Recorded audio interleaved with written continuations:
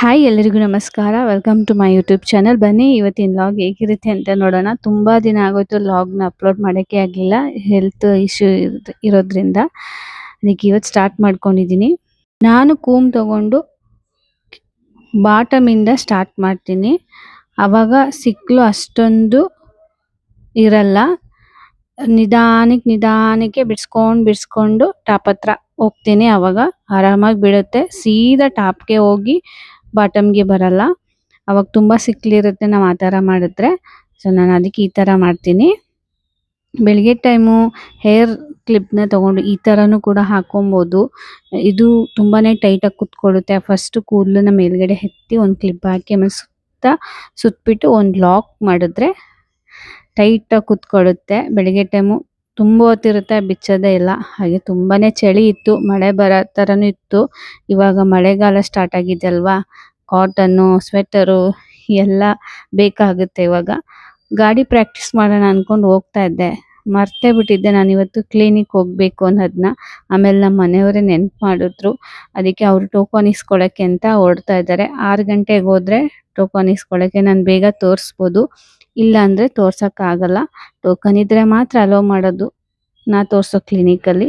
So ಅದಕ್ಕೆ ನಮ್ಮ ಮನೆಯವರು ಬೆಳಿಗ್ಗೆ 6 ಗಂಟೆಗೆ ಹೊರಟ್ರು. ಇನ್ನು ಅವರು ಆ ಕಡೆ ಹೋದ್ರು. ಇನ್ನು ನಾನು ಬೇಗನೆ ತಿಂಡಿ ಮಾಡಿ ಮನೆ ಕೆಲಸ ಎಲ್ಲ ಮುಗಿಸ್ಕೊಬೇಕು. ಸ್ವಲ್ಪ ಜಾಸ್ತಿನೇ ಕೆಲಸ ಇತ್ತು, ಅದಕ್ಕೆ ಒಂದು ಸ್ವಲ್ಪ ಬರ್ಕೊತಾ ಇದ್ದೆ.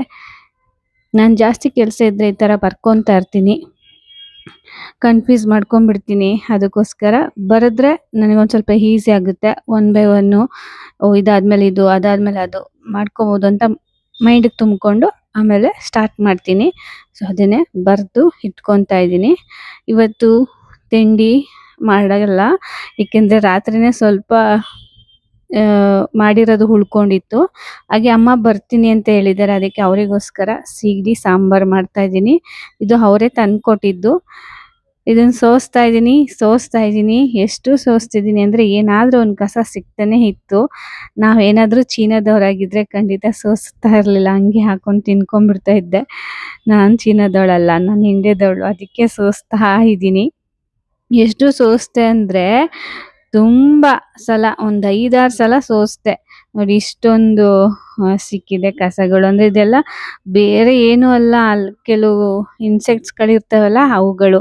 ಹಂಗೆ ಸ್ವಲ್ಪ ಸ್ವೀಟ್ ಪೊಟ್ಯಾಟೊ ಬೇಯಿಸಿದೆ.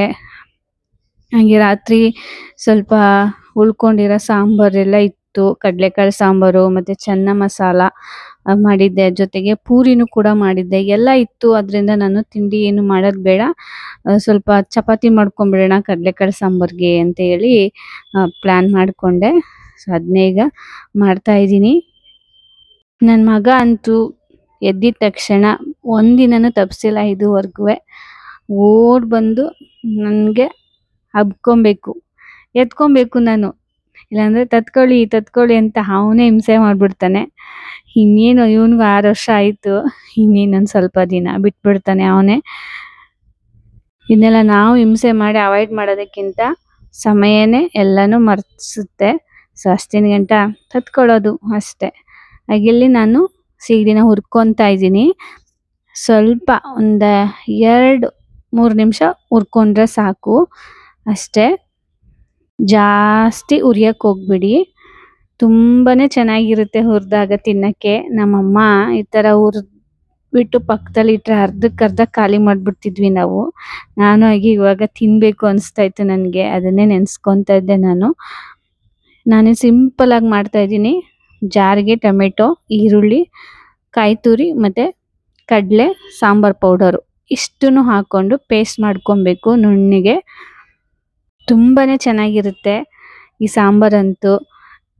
ಗೊಜ್ಜು ಥರನೂ ಮಾಡ್ಕೊಂಡು ತಿನ್ಬೋದು, ಸಾಂಬಾರು ಥರನೂ ಕೂಡ ಮಾಡ್ಕೊಂಡು ತಿನ್ಬೋದು. ಇಲ್ಲಿ ಎಣ್ಣೆ, ಈರುಳ್ಳಿ, ಸ್ವಲ್ಪ ಕರಿಬೇವು ಸೊಪ್ಪನ್ನ ಹಾಕಿ ಫ್ರೈ ಮಾಡಿಕೊಂಡು ರುಬ್ಬಿಟ್ಕೊಂಡಿದ್ವಲ್ಲ ಮಸಾಲ, ಅದನ್ನು ಹಾಕಿ ಸ್ವಲ್ಪ ನೀರು ಹಾಕ್ಕೊಳ್ಳಿ, ಎಷ್ಟು ಬೇಕು ಅಷ್ಟು. ನಾನಿಲ್ಲಿ ಸ್ವಲ್ಪ ಸಾಂಬಾರು ಥರ ಮಾಡ್ಕೊತಾ ಇದ್ದೀನಿ, ಮಧ್ಯಾಹ್ನಕ್ಕೂ ಸೇರಿಸಿ ಮಾಡ್ತಾಯಿದ್ದೀನಿ. ಮಧ್ಯಾಹ್ನಕ್ಕೆ ನಾನು ಬರೋಕ್ಕಾಗಲ್ಲ ಕ್ಲಿನಿಕ್ ಹೋದರೆ, ಅದಕ್ಕೋಸ್ಕರ ಸ್ವಲ್ಪ ಹುಣಸೆ ರಸ ಹಾಕ್ಕೊಳ್ಳಿ.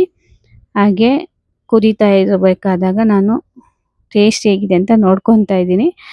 ಕುದೀತಾ ಇರುತ್ತಲ್ಲ ಆವಾಗ ಆ ಟೈಮಲ್ಲಿ ಸ್ವಲ್ಪ ಸೀಗಡಿ ಹುರ್ಕೊಂಡಿದ್ವಲ್ಲ ಅದನ್ನ ತೊಳೆದು ಹಾಕಿದ್ರೆ ಸಾಂಬಾರ್ ರೆಡಿ. ಅದಕ್ಕೆ ಸ್ವಲ್ಪ ರುಚಿಗೆ ತಕ್ಕಷ್ಟು ಉಪ್ಪನ್ನ ಹಾಕೊಬೇಕು. ನನಗೆ ಮನೆಯವರು 9:30 ಅಷ್ಟರಲ್ಲಿ ಬಂದೇ ಬಿಟ್ಟರು ಟೋಕನ್ ಇಸ್ಕೊಂಡು. ನಾನಿನ್ನ ಕೆಲಸನೇ ಮುಗಿಸ್ಕೊಂಡಿರಲಿಲ್ಲ. ಮಗನ ಜೊತೆ ಸ್ವಲ್ಪ ಆಟ ಆಡ್ತಾ ನಿಂತ್ಕೊಂಡ್ಬಿಟ್ಟೆ. ಇನ್ನು ನಾನು ಹೋದ್ರೆ ಲೇಟ್ ಆಗುತ್ತೆ ಅಲ್ಲ ಬರೋದು, ಅದರಿಂದ ಸ್ವಲ್ಪ ಅಡುಗೆ ರೂಮ್ ಎಲ್ಲ ಕ್ಲೀನ್ ಮಾಡಿ ಇಟ್ಬಿಡೋಣ. ಈಗ ಅಮ್ಮನೂ ಬರ್ತೀನಿ ಅಂತ ಹೇಳ್ತಿದ್ದಾರೆ. ನಾನು ಅಲ್ಲಿಂದ ಬಂದರೆ ನಂಗೊಂದು ಸ್ವಲ್ಪ ಸಮಾಧಾನ ಆಗಬೇಕು. ಅಡುಗೆ ರೂಮ್ ಕ್ಲೀನ್ ಆಗಿದೆ ಅಂತ ಅನ್ನಿಸ್ಬೇಕು. ಅದಕ್ಕೋಸ್ಕರ ಪಟ ಪಟ ಅಂತೆಲ್ಲ ಕ್ಲೀನ್ ಮಾಡಿಕೊಂಡೆ ಅಡುಗೆ ರೂಮ್ನ.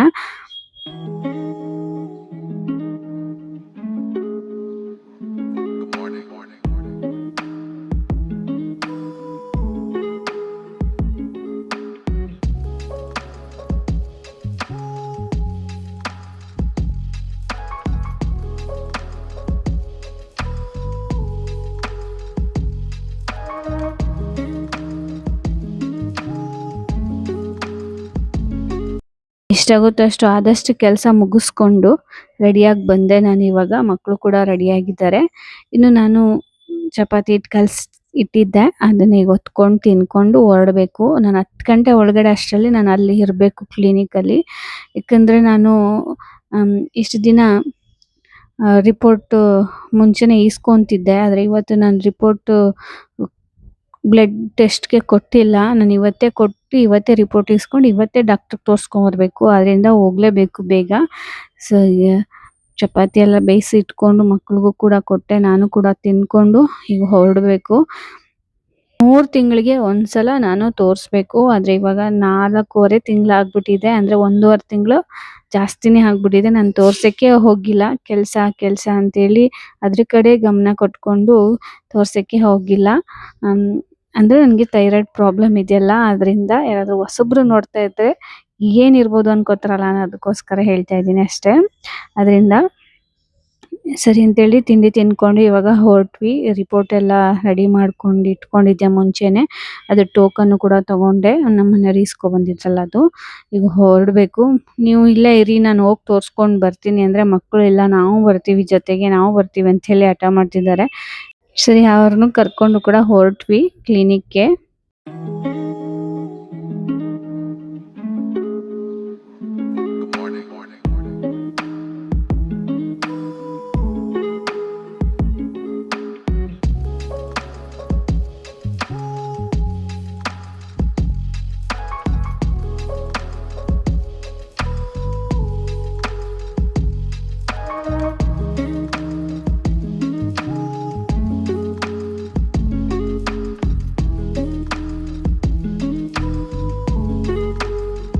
ಮನೆಗೆ ಅವ್ರನ್ನ ಕಳಿಸ್ಬಿಟ್ಟು ನಾನು ಬ್ಲಡ್ನ ಟೆಸ್ಟ್ ಕೊಟ್ಬಿಟ್ಟು ಬಂದೆ.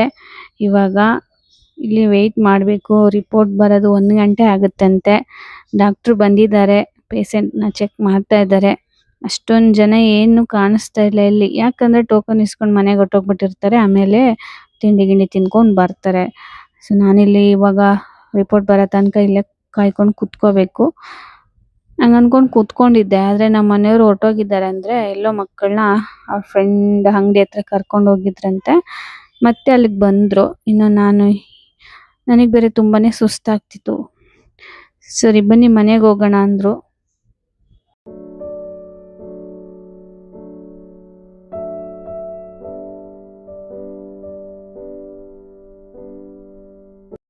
ಇದೇ ಮೊದಲನೇ ಸಲ ನನಗೆ ಇಷ್ಟೊಂದು ಸುಸ್ತಾಗ್ತಾ ಇರೋದು. ಯಾವತ್ತೂ ಕೂಡ ಇಷ್ಟೊಂದು ಸುಸ್ತಾಗಿರಲಿಲ್ಲ. ಎಷ್ಟೋ ಸಲ ಬ್ಲಡ್ನ ಕೊಟ್ಟಿದ್ದೀನಿ ಟೆಸ್ಟ್ಗೆ. ಆದರೆ ಈ ಟೈಮು ಯಾಕೋ ಗೊತ್ತಿಲ್ಲ ತುಂಬಾ ಸುಸ್ತಾಗ್ತಿತ್ತು. ಸದ್ಯ ಅವ್ರು ಕರ್ಕೊಬಂದಿದ್ದೆ ಒಳ್ಳೇದಾಯಿತು ಅಂತ ಅನ್ನಿಸ್ತಾ ಇದೆ. ನಾನು ಬರಲ್ಲ, ಇಲ್ಲೇ ತೋರಿಸ್ಕೊಂಡು ಬರ್ತೀನಿ ಹೋಗಿ ಅಂತ ಹೇಳಿದೆ. ಆದರೆ ಅವರು ಬಂದು ಮತ್ತೆ ನನ್ನ ಇಲ್ಲಿ ಕರ್ಕೊಬಂದರು ಮನೆಗೆ. ನಾನು ಮತ್ತೆ 12:30ಗೆ ತೋರಿಸ್ಕೋಬೇಕು ಹೋಗಿ. ಸೊ ಅಷ್ಟೊತ್ತು ನಾನು ಇವಾಗ ರೆಸ್ಟ್ ತೊಗೊತೀನಿ. ತುಂಬಾ ಸುಸ್ತಾಗ್ತಿತ್ತು. ಏನಾಗ್ತಿದೆ ಅಂತಲೇ ಗೊತ್ತಿರಲಿಲ್ಲ. ಪದೇ ಪದೇ ನೀರು ಕುಡಿತಾನೆ ಇದ್ದೀನಿ, ಆದರೂ ಕೂಡ ಸುಸ್ತಾಗ್ತಾ ಇತ್ತು. ನನಗೆ ಇವತ್ತೇನೋ ಆಗಿಬಿಡುತ್ತೇನೋ ಅಂದ್ಕೊಂಡೆ. ಸರಿ 12:30ಗೆ ಹೋಗಿ ಡಾಕ್ಟ್ರ್ ಹತ್ರ ತೋರಿಸ್ಕೊಂಡು ಬಂದೆ. ಡಾಕ್ಟ್ರು ಏನು ಹೇಳಿದ್ರು ಅನ್ನೋದನ್ನ ಹೇಳ್ತಾ ಇದ್ದೀನಿ ಇಲ್ಲಿ. ಆದರೆ ವಾಯ್ಸು ವೆಹಿಕಲ್ ಸೌಂಡ್ ಜಾಸ್ತಿ ಇರೋದ್ರಿಂದ ನಾನು ವಾಯ್ಸ್ ಕೊಡ್ತಾ ಇದ್ದೀನಿ. ಡಾಕ್ಟ್ರು ಮಾತ್ರೆ ಕೊಟ್ಟಿದ್ದಾರೆ, ಕ್ಯಾಲ್ಸಿಯಂ ಮಾತ್ರೆ ಮತ್ತು ಸೇಮ್ ಟಾಬ್ಲೆಟು, ಥೈರಾಯ್ಡ್ ಟಾಬ್ಲೆಟು, ಹಾಗೆ ಇದು ಬ್ಯಾಕ್ ಪೇನ್ ತುಂಬಾನೇ ಬರುತ್ತೆ ಸರ್ ಅಂತ ಹೇಳಿದೆ ಕೆಲಸ ಮಾಡಿದಾಗ. ಅದಕ್ಕೆ ಜಾಸ್ತಿ ಪೇನ್ ಇದ್ರೆ ಮಾತ್ರ ತಗೊಳ್ಳಿ ಅಂತ ಹೇಳಿದ್ರು. ಮತ್ತೆ ಇನ್ನು ನೆಕ್ಸ್ಟ್ 3 ತಿಂಗಳು ಆದ್ಮೇಲೆ ತೋರಿಸ್ಲಿಕ್ಕೆ ಅಂತೇಳಿ ಟೆಸ್ಟ್ ಬರ್ಕೊಟ್ಟಿದ್ದಾರೆ. ಸೊ ಇಷ್ಟೇ ಡಾಕ್ಟರ್ ರಿಪೋರ್ಟ್. ನಾನು ಬರೋಷ್ಟರಲ್ಲಿ ಅಮ್ಮ ಬಂದಿರ್ತಾರೆ ಅಂತ ಅನ್ಕೊಂಡೆ. ಆದ್ರೆ ಅಮ್ಮ ಬಂದೇ ಇಲ್ಲ. 2:30 ಆಗ್ತಾ ಇದೆ. ಏನ್ ಮಾಡೋದು ಅಂತ ಗೊತ್ತಿಲ್ಲ. ಅದಕ್ಕೆ ಸಾಂಬಾರ್ ಮಾಡಿ ಇಟ್ಟಿದ್ದೆ. ಅವ್ರು ಬಂದ ತಕ್ಷಣ ಅವ್ರಿಗೆ ಮುದ್ದೆ ಮಾಡ್ಕೊಡೋಣ ಅಂತ. ನಾನು ರಾಗಿ ಹಿಟ್ಟು ಖಾಲಿ ಆಗ್ಬಿಟ್ಟಿತ್ತು. ಇನ್ನು ಅಮ್ಮ ತಗೊಂಬರ್ತಾರೆ ಅನ್ಕೊಂಡಿದ್ದೆ. ಸೊ ಅವ್ರು ಇನ್ನೂ ಬಂದಿಲ್ಲ, ಮಾಡಿ ಇಟ್ಬಿಡೋಣ ಅಂದ್ರೆ. ಇನ್ನು ಅವ್ರು ಬಂದ್ಮೇಲೆನೆ ಕೇಳ್ಬಿಟ್ಟು ಹೋಗಿ ಅಂಗಡಿಯಿಂದ ತರಬೇಕಾಗುತ್ತೆ. ಅದಕ್ಕೋಸ್ಕರ ಕಾಯ್ತಾ ಇದ್ದೀನಿ. ಮಾತಾಡ್ತಿದ್ದಂಗೆನೆ ನಮ್ಮಮ್ಮ ಬಂದ್ಬಿಟ್ರು. ಸೊ ಈಗ ಹೋಗಿ ನಾನು ಅವ್ರನ್ನ ಕೀ ತಗೊಂಡೋಗಿ ಕರ್ಕೊಂಬರ್ಬೇಕೀಗ. ಅವ್ರು ಬಂದಿದ ತಕ್ಷಣ ಒಂಥರ ಖುಷಿ ಆಗೋಯ್ತು ನನಗೆ. ಯಾಕಂದ್ರೆ ಮಾತಾಡ್ತಾ ನಿಂತಿದ್ದೆ, ಅವ್ರ ಬಗ್ಗೆನೇ ಅವರೇ ಬಂದ್ಬಿಟ್ರು. ಅವ್ರು ಅಲ್ಲಿಂದ ಅಕ್ಕಿ ಎತ್ಕೊ ಬಂದಿದ್ದೀನಿ ಅಂದ್ರಲ್ಲ, ಅದಕ್ಕೆ ನಾನೇ ಎತ್ಕೊ ಬಂದ್ಬಿಟ್ಟೆ ಮೇಲೆ. ಅಲ್ಲಿಂದ ತೂಕ ಹೊತ್ಕೊ ಬಂದಿದ್ದಾರಲ್ಲ ಅಂತ ಆಟೋದಲ್ಲೇ ತಂದಿದ್ದಾರೆ. ಆದ್ರೆ ಅಲ್ಲಿ ಆಟೋದವ್ನು ಸ್ವಲ್ಪ ದೂರ ನಿಲ್ಲಿಸ್ಬಿಟ್ನಂತೆ. ಅದಕ್ಕೆ ಅಲ್ಲಿಂದ ತಲೆಗೆ ಹೊತ್ಕೊ ಬಂದ್ಬಿಟ್ಟಿದ್ದಾರೆ ಬ್ಯಾಗ್ನು ಹಿಡ್ಕೊಂಡು. ಇನ್ನು ನನಗೆ ಇಲ್ಲಿಂದ ಇಲ್ಲಿಗೆ ಸುಸ್ತಾಗೋಯ್ತಿತ್ತು. ಅಲ್ಲಿಂದ ಅವ್ರು ಎತ್ಕೊ ಬಂದಿದ್ದಾರಲ್ಲ ಅಂತೇಳಿ ನಾನು ಮೇಲ್ಗಡೆ ಕಷ್ಟಪಟ್ಟು ಎತ್ಕೊ ಬಂದ್ಬಿಟ್ಟು ಸುಸ್ತು ಮಾಡ್ಕೊಂಡೆ. ಹಂಗೆ ಮಳೆ ಶುರುವಾಯಿತು. ಸರಿ ಅಂತೇಳಿ ಅನ್ನಕ್ಕಿಟ್ಟೆ. ಇನ್ನು ಮಗನಿಗೆ ಅವರು ಊರಿಂದನೇ ಬಾತ್ ತಗೊಂಬಂದಿದ್ರು. ನನಗೂ ಕೂಡ ತಿಂದೆ, ಮಗನಿಗೂ ಕೂಡ ತಿನ್ನಿಸ್ತಾ ಇದ್ದಾರೆ. ವೆಜಿಟೇಬಲ್ ಬಾತ್ ಬಂದಿದ್ರು ಅಮ್ಮನೇ. ನಾನು ಊರಿಗೆ ಹೋಗೇ ಇಲ್ಲ, ಸುಮಾರು ದಿನ ಆಗೋಯ್ತು. ರಜಾ ಮುಗಿಸ್ಕೊಂಡು ಬಂದಿದ್ದೆ, ಇನ್ನು ಹೋಗೇ ಇಲ್ಲ. ಅದಕ್ಕೆ ಅಮ್ಮ ಮಕ್ಕಳನ್ನ ನೋಡ್ಬೇಕು ಅನಿಸ್ತಾ ಇದೆ. ಅದಕ್ಕೆ ಬರ್ತೀನಿ ಅಂತ ಹೇಳಿದ್ರು ಇವತ್ತು. ನಾನು ಹೋಗೋಕ್ಕಾಗಲಿಲ್ಲ, ಮತ್ತು ಹೆಲ್ತ್ ಇಶ್ಯೂ ಇರೋದ್ರಿಂದ ಸರಿ ಬನ್ನಿ ಆಯಿತು ನೀವೇ ಅಂತೇಳಿ ಅವರನ್ನೇ ಕರೆಸ್ದೆ. ಇಲ್ಲ ನಾನೇ ಹೋಗಬೇಕಿತ್ತು, ಯಾಕಂದರೆ ಸ್ವಲ್ಪ ಅಕ್ಕಿ ಖಾಲಿ ಆಗಿಬಿಟ್ಟಿತ್ತು. ಅಕ್ಕಿ ತರೋಕ್ಕೆ ನಾನೇ ಹೋಗಬೇಕಿತ್ತು, ಆದರೆ ಹೋಗೋಕ್ಕಾಗಲಿಲ್ಲ. ಅದಕ್ಕೆ ಅವರೇ ಬಂದಿದ್ದಾರೆ. ಇನ್ನು ಅಮ್ಮನಿಗೆ ಮುದ್ದೆ ಮಾಡ್ಕೊಡೋಕ್ಕಾಗಲಿಲ್ಲ. ಅವರು ಕೂಡ ರಾಗಿ ಹಿಟ್ಟು ತರಲಿಲ್ಲ. ನಾನು ಅಂಗಡಿಗೆ ಹೋಗಿ ತರೋಕ್ಕಾಗಲಿಲ್ಲ. ಅದಕ್ಕೆ ರೈಸೇ ಮಾಡಿಕೊಟ್ಟೆ ಅವ್ರಿಗೆ. ಇನ್ನು ಮಗ ಬೆಡ್ನ ಯಾವಾಗಲಾದರೂ ಒಂದ್ಸಲ ನೆನ್ಪು ಮಾಡ್ಕೊಂಡು ಈ ಥರ ಕೆಳಗಡೆ ಹಾಕ್ಸ್ಕೊಂಡು ಜಂಪ್ ಮಾಡ್ತಾ ಇರ್ತಾನೆ.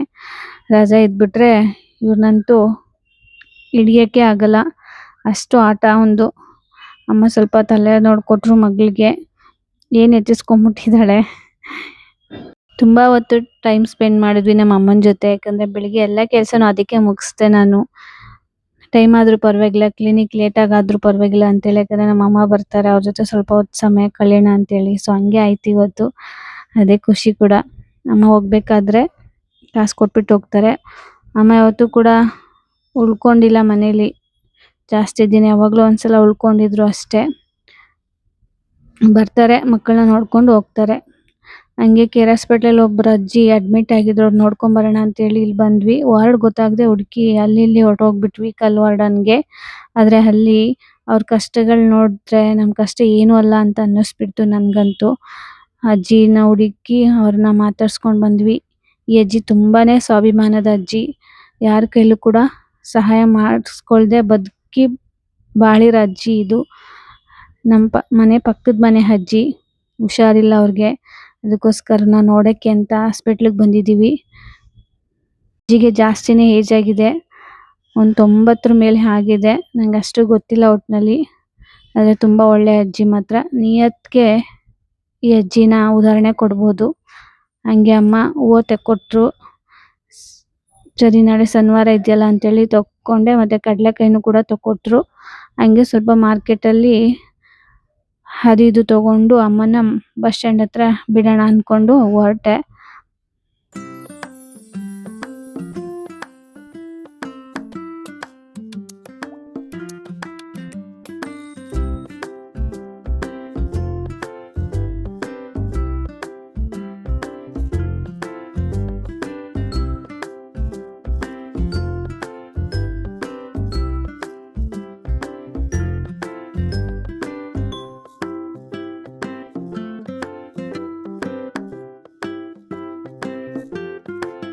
ಬ್ಲೌಸ್ ಹುಡಿಕೊಂಡು ಮಾರ್ಕೆಟ್ ಎಲ್ಲ ಸುತ್ತಾಡಿದ್ವಿ, ಸಿಗ್ಲೇ ಇಲ್ಲ. ಅಮ್ಮನಿಗೆ ಸ್ಯಾರಿ ಇಷ್ಟ ಆಗ್ಬಿಟ್ಟಿದೆ. ಚೆನ್ನಾಗಿದೆ ಅಲ್ವಾ ಸ್ಯಾರಿ. ಆದರೆ ಈಗ ತಗೊಳಕ್ಕೆ ಆಗಲಿಲ್ಲ ನಮಗೆ. ಅದಕ್ಕೆ ನೆಕ್ಸ್ಟ್ ಟೈಮ್ ನೋಡೋಣ ಅಂತೇಳಿ ಅಮ್ಮ ಆ ಕಡೆ ಹೊರಟ್ರು. ನಾನು ಈ ಕಡೆ ಮನೆಗೆ ಬಂದು ಹೂವು ಕಟ್ಟಿಟ್ಬಿಡೋಣ, ನಾಳೆ ಶನಿವಾರ ಇದೆಲ್ಲ ಅಂತೇಳಿ ಸ್ವಲ್ಪನೇ ಹೂವು ತಂದಿದ್ದೆ, ಯಾಕಂದ್ರೆ ಅಜ್ಜಿ ಕೊಡುತ್ತೆ ಪ್ರತಿ ಶನಿವಾರ. ಅದಕ್ಕೋಸ್ಕರ ನಾನು ಹೂವು ಜಾಸ್ತಿ ತಗೊಳ್ಳಿಲ್ಲ, ಸ್ವಲ್ಪ ಮಾತ್ರ ತಗೊಂಡೆ. ಸೊ ಅದನ್ನ ಕಟ್ಟಿ ಎತ್ತಿಟ್ಬಿಡೋಣ ಅಂತ ಹೇಳಿ ಕಟ್ತಾ ಇದ್ದೀನಿ. ಹಂಗೆ ಒಂದು ದಿಯಾ ಕ್ರಿಯೇಟಿವ್ ಮಾಡ್ತಾ ಇದ್ದೀನಿ. ತುಂಬಾನೇ ಚೆನ್ನಾಗಿ ಬಂದಿದೆ. ಈ ತರ ಏನಾದ್ರು ಮನೇಲಿ ವೇಸ್ಟ್ ರೋಲ್ ಇತ್ತು ಅಂದ್ರೆ ದಾರ ಇಲ್ಲ ಸುತ್ತಲಿ ದಾರದಲ್ಲಾದ್ರೂ ಕೂಡ ತಗೊಂಡು ಈ ತರ ಟ್ರೈ ಮಾಡಿ, ತುಂಬಾನೇ ಚೆನ್ನಾಗಿ ಬರುತ್ತೆ. ಈ ತರ ದಾರಗಳನ್ನ ಕಟ್ ಮಾಡ್ಕೊಂಡ್ಬಿಡೋದು. ಈ ಸ್ಕೇಲ್ ಅಳತೆ ಮಾಡ್ತಿದ್ದೀನಲ್ಲ, ಅಷ್ಟು ಅಳತೆ ತಗೊಳ್ಳಿ. ಉದ್ದ 27 ಮತ್ತೆ ಹೈಟು ಇದರದ್ದು ದಾರ ಹೈಟು, ಇನ್ನೊಂದು ಹೈಟ್ ದಾರ ಅದು 17 ಅಷ್ಟು ತಗೊಂಡ್ರೆ ಸಾಕು. ತುಂಬಾನೇ ಚೆನ್ನಾಗಿರುತ್ತೆ ಇದು ವಾಲ್ಗೆ ಹಾಕೊಳ್ಳಿಕ್ಕೆ ಅಂತೇಳಿ. ಈ ತರ ಫೋಲ್ಡ್ ಮಾಡ್ಕೊಂಡು ಲೆಂತ್ ಇರೋದನ್ನ ಈ ತರ ಚಿಕ್ಕದಾಗಿ ಕಟ್ ಮಾಡ್ಕೊಂಡಿರೋದನ್ನ ಈ ತರ ಅದ್ರ ಒಳಗಡೆಯಿಂದ ತೆಗೆದು ಈ ಕಡೆ ಇರೋ ದಾರನ ತೆಗೆದುಕೊಂಡು ಈ ತರ ಲಾಕ್ ಮಾಡಿ ಹಿಂಗೆ ಎಳೆದ್ರೆ ಆಯ್ತು. ಎಲ್ಲದೂ ಇದೇ ತರ ಮಾಡ್ಕೊಂಡ್ರೆ ಒಂದು 6 ಪೀಸಸ್ನ ಈ ತರ ಮಾಡ್ಕೊಬೇಕು ನಾವು. ತುಂಬಾ ಈಸಿ ಇದೆ, ನೋಡ್ಕೊಳ್ಳಿ. ಇನ್ನೊಂದ್ಸಲ ತೋರಿಸ್ತಾ ಇದ್ದೀನಿ. ಅದು ಕೆಳಗಡೆ ಹಾಕೊಬೇಕು ಚಿಕ್ಕ ದಾರ ಎಲ್ಲ. ಆಮೇಲೆ ಅದ್ರ ಒಳಗಡೆಯಿಂದ ಇನ್ನೊಂದು ದಾರ ಫೋಲ್ಡ್ ಮಾಡಿ ಈ ಕಡೆ ಇರೋದನ್ನ ತೆಗೆದು ಈ ತರ ಲಾಕ್ ಮಾಡೋದು ಅಷ್ಟೇ. ಟೈಟ್ ಆಗಿ ಎಳ್ಕೊಳ್ಳಿ. ಈ ತರ ಎಳ್ಕೊಂಡು ಮೇಲ್ಗಡೆ ಹೀಗೆ ತಳ್ಕೊಳ್ಳಿ. ಎಲ್ಲದು ಹಿಂಗೆ ಮಾಡ್ಕೊಳ್ಳಿ.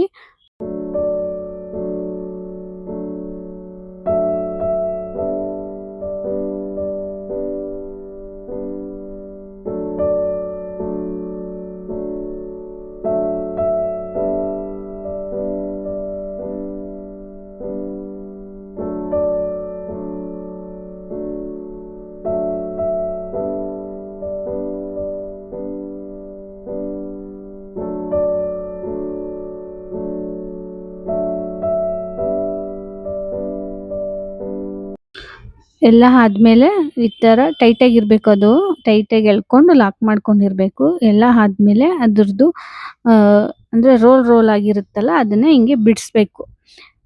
ಈ ತರ ಬಿಡಿಸ್ಕೊಂಡು ಕೂಮ್ ತಗೊಂಡು ಈ ತರ ಸ್ವಲ್ಪ ಸ್ವಲ್ಪ ಅದನ್ನ ಕೂಮಲ್ಲಿ ಹಿಂಗೆ ಬಾಚ್ಕೊಬೇಕು. ಅದು ಸ್ವಲ್ಪ ಸ್ಮೂತ್ ಆಗ್ಬೇಕು.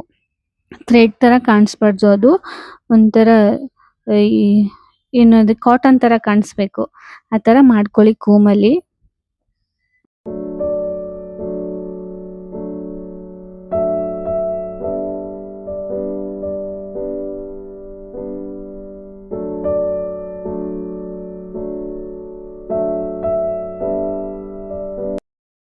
ಅದಾದ್ಮೇಲೆ ಈ ತರ ಕಾಣಿಸುತ್ತೆ. ಬ್ಯಾಕ್ ಸೈಡು ಒಂದು ಆರ್ಟ್ ಶೇಪ್ ಅಲ್ಲಿ ಪೇಪರು ಇಲ್ಲ ಯಾವ್ದಾದ್ರು ಈ ಬಟ್ಟೆ ಕವರ್ ಕೊಡ್ತಾರಲ್ಲ ನೋಡಿ, ಈ ಕಾಟನ್ ತರ ಇರುತ್ತಲ್ಲ, ಅದನ್ನಾದ್ರೂ ಕೂಡ ಪೇಸ್ಟ್ ಮಾಡ್ಕೊಂಡು ಆರ್ಟ್ ಶೇಪ್ ಅಲ್ಲಿ ಕಟ್ ಮಾಡ್ಕೊಂಡು ಈ ತರ ಕಲರ್ ಮಾಡ್ಕೊಬೇಕು. ಹಾಗೆ ಹಾಕ್ತೀನಿ ಅಂತಂದ್ರು ಓಕೆ, ಇಲ್ಲ ಕಲರ್ ಮಾಡಿ ಆದ್ರೂ ಹಾಕ್ತೀನಿ ಅಂದ್ರು ಓಕೆ. ಈ ತರ ದಾರ ಅಂಗಡಿಲಿ ನಾನು ಕೇಳ್ದದ್ಕೆ ಸಿಗ್ಲಿಲ್ಲ ಅದು. ಅದಕ್ಕೆ ನನ್ನ ಮನೇಲಿ ಈ ತರ ರೋಲ್ ಇತ್ತಲ್ಲ, ಅದ್ರಲ್ಲೇ ಯೂಸ್ ಮಾಡ್ಕೊಂಡು ಮಾಡ್ತಾ ಇರೋದು. ಕಲರ್ ಎಲ್ಲ ಆಯ್ತು. ಈ ತರ ಒಂದ್ಸಲ ಸರ್ಕಲ್ ನ ಕೂರ್ಸ್ಬಿಟ್ಟು ನೋಡ್ಕೊಳ್ಳಿ. ಫಸ್ಟ್ ಸಿಂಗಲ್ ಕೂಡ ಹಾಕೋಬಹುದು, ಡಬಲ್ ಕೂಡ ಹಾಕೋಬಹುದು. ಡಬಲ್ ಅಲ್ಲಿ ನಾನು ಈ ತರ ಮಾಡಿ ತೋರಿಸ್ದೆ. ನನ್ನ ಮಗಳು ಬರೋಷ್ಟರಲ್ಲೇನೆ ಪೇಸ್ಟ್ ಮಾಡ್ಬಿಟ್ಟಿದ್ಲು ಅವಳು. ಅದಕ್ಕೆ ನಾನು ಟ್ರಯಲ್ ನೋಡ್ತಾ ಇದ್ನಲ್ಲ, ಆ ವಿಡಿಯೋನ ಮಾತ್ರ ಹಾಕೊಂಡಿದ್ದೀನಿ ಇಲ್ಲಿ. ಮತ್ತೆ ಈ ತರ ಹೆಣ್ಕೊಬೇಕು, ಒಂದು ಜಡೆ ತರ ಹೆಣ್ಕೋಬೇಕು. ಮಧ್ಯೆ ಮಿರರ್ ಇಟ್ಟು ಅದ್ರ ಮೇಲೆ ಈ ತರ ರೌಂಡ್ ಶೇಪ್ ಅಲ್ಲಿ ನಾವು ಕವರ್ ಮಾಡಕ್ಕೆ ಅಂತೇಳಿ ಅದನ್ನ ಇದನ್ನ ಕಾರ್ಡ್ಬೋರ್ಡ್ ಶೀಟ್ ಅಲ್ಲಿ ಕೂಡ ಹಾಕ್ಬೋದು. ಮನೇಲಿ ಈ ತರ ಅದು ಪ್ಯಾಕಿಂಗ್ ಬಂದಿತ್ತು ಅಮೆಝಾನ್ ಅಲ್ಲಿ, ಅದರಿಂದ ನಾನು ಅದನ್ನೇ ಯೂಸ್ ಮಾಡ್ಕೊಂಡು ಮಾಡ್ತಾ ಇದ್ದೀನಿ. ಈ ತರದ್ದು ಹಿಂದೆಗಡೆ ಸಿಕ್ಸಕ್ಕೆ ಅಂತೇಳಿ ಈ ತರ ಸಿಂಪಲ್ ಆಗಿ ಮಾಡ್ತಾ ಇದ್ದೀನಿ. ನಿಮ್ಗೆ ಏನಾದ್ರು ಬೇರೆ ತರ ಇತ್ತು ಅಂದ್ರೆ ಹಾಕೊಳ್ಳಿ. ಈ ತರ ಆ ಕಡೆ ಈ ಕಡೆ ದಾರ ಹಾಕಿ ಮೇಲ್ಗಡೆ ಪ್ಲಾಸ್ಟರ್ ಹಾಕಿದ್ದೀನಿ ಸದ್ಯಕ್ಕೆ ಅಂತೇಳಿ, ನಿಮಗೆ ತೋರ್ಸಕ್ಕೆ ಅಂತೇಳಿ. ನೀವೇನಾದ್ರು ಹಾಕೋತೀನಿ ಅಂತಂದ್ರೆ ಸ್ವಲ್ಪ ಲೆಂತ್ ಆಗಿ ದಾರ ಹಾಕಿ ಅದ್ರ ಮೇಲೆ ಪ್ಲಾಸ್ಟರ್ನ ಹಾಕೊಳ್ಳಿ. ಈಗ ಇದನ್ನ ಇಲ್ಲಿಗೆ ಹಾಕ್ತಾ ಇದ್ದೀನಿ. ನೋಡಿ ಈ ಲುಕ್ ಎಷ್ಟು ಚೆನ್ನಾಗಿ ಕಾಣಿಸ್ತಿದೆ. ನಂಗಂತೂ ತುಂಬಾನೇ ಖುಷಿ ಆಯ್ತು. ತುಂಬಾನೇ ಚೆನ್ನಾಗಿ ಕಾಣಿಸ್ತಿದೆ. ಒಂದ್ಸಲ ಟ್ರೈ ಮಾಡಿ. ಸುತ್ಲಿ ದಾರಲ್ಲೂ ಕೂಡ ಟ್ರೈ ಮಾಡ್ಬೋದು. ಲುಕ್ ತುಂಬಾನೇ ಚೆನ್ನಾಗಿ ಕಾಣಿಸ್ತಾ ಇತ್ತು. ಸ್ವಲ್ಪ ಟೈಮ್ ತಗೊಳುತ್ತೆ ಅಷ್ಟೇ, ಏನಿಲ್ಲ, ಮಾಡ್ಬೋದು, ಈಸಿ ಇದೆ. ಈ ತರ ಕ್ರಿಯೇಟಿವಿಟೀಸ್ ಇನ್ಮೇಲೆ ನನ್ನ ವ್ಲಾಗ್ಸ್ ಅಲ್ಲಿ ಬರ್ತಾ ಇರುತ್ತೆ. ಸಬ್ಸ್ಕ್ರೈಬ್ ಮಾಡಿ, ಹಾಗೆ ಶೇರ್ ಮಾಡಿ, ಕಮೆಂಟ್ ಮಾಡಿ. ಇಷ್ಟ ಆದ್ರೆ ಲೈಕ್ ಮಾಡಿ. Thank you for watching.